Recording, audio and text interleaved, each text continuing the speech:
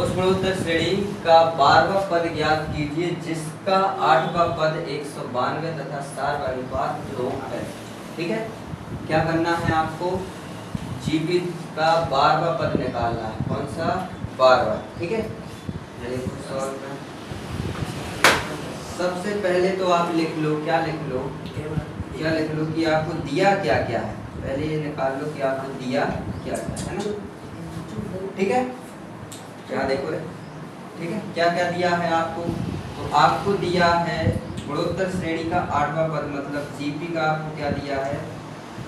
GP का 8वां पद आपको क्या दिया है? 192। कितना दिया है? 192। तथा सार अनुपात क्या दिया है?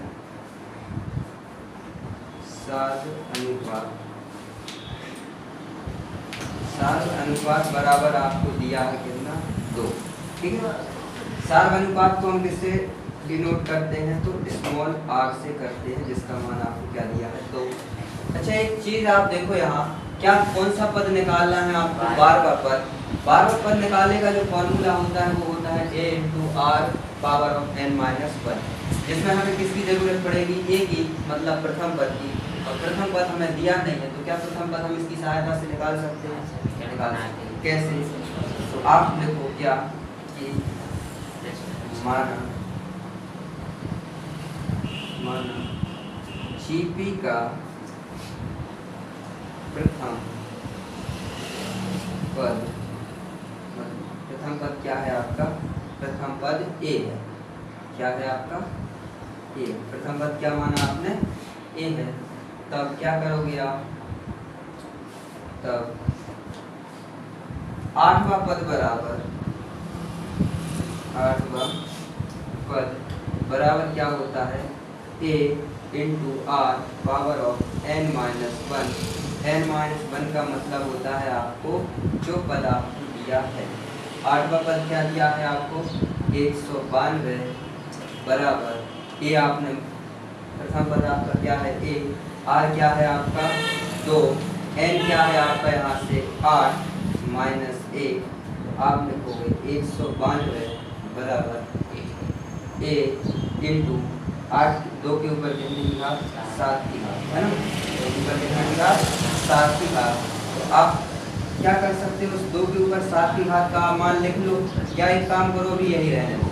ठीक है, आगे चल के कट जाएगा। तो यहाँ से आप जब a का मान निकालोगे, आप a का मान निकालोगे तो a बराबर क्या आ जाएगा आपका? 192 बटे 2 के ऊपर 7 की घात आएगा क्या?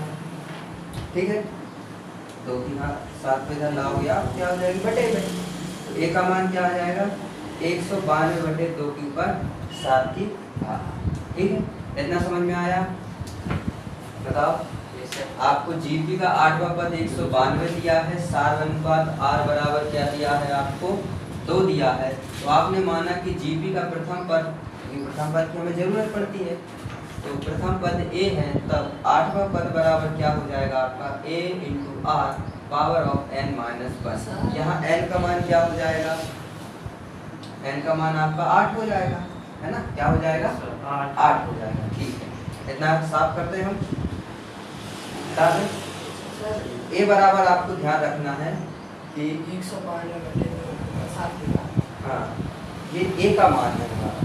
ठीक है, अब हमें निकालना क्या है? लेकिन निकालना 12वां पद है, 12वां पद निकालेंगे तो इतना अलग कर दे।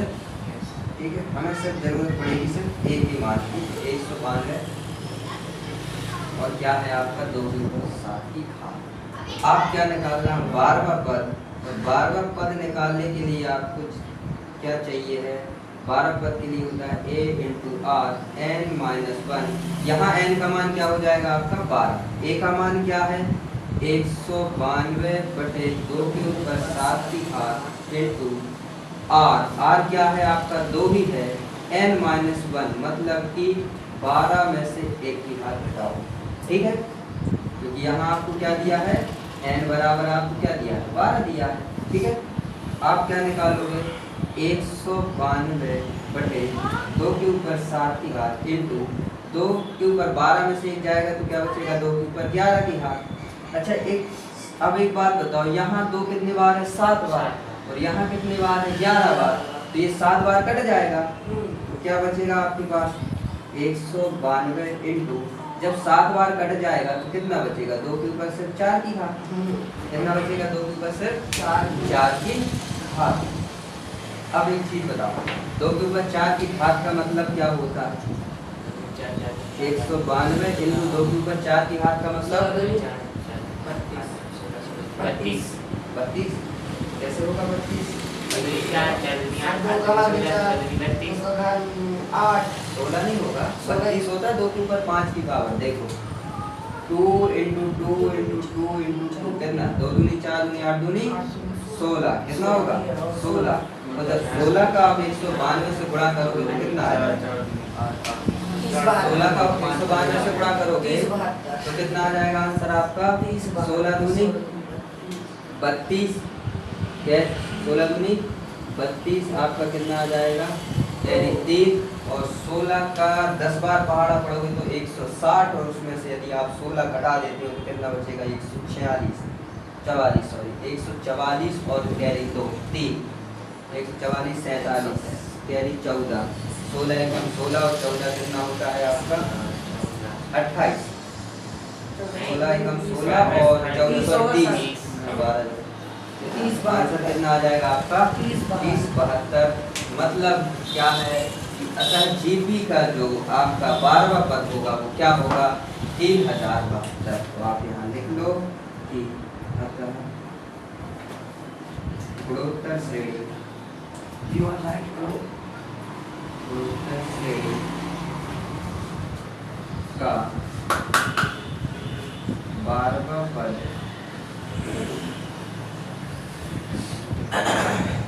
3072 है। क्या है? 3072 है। अब बताओ कितनी बात समझ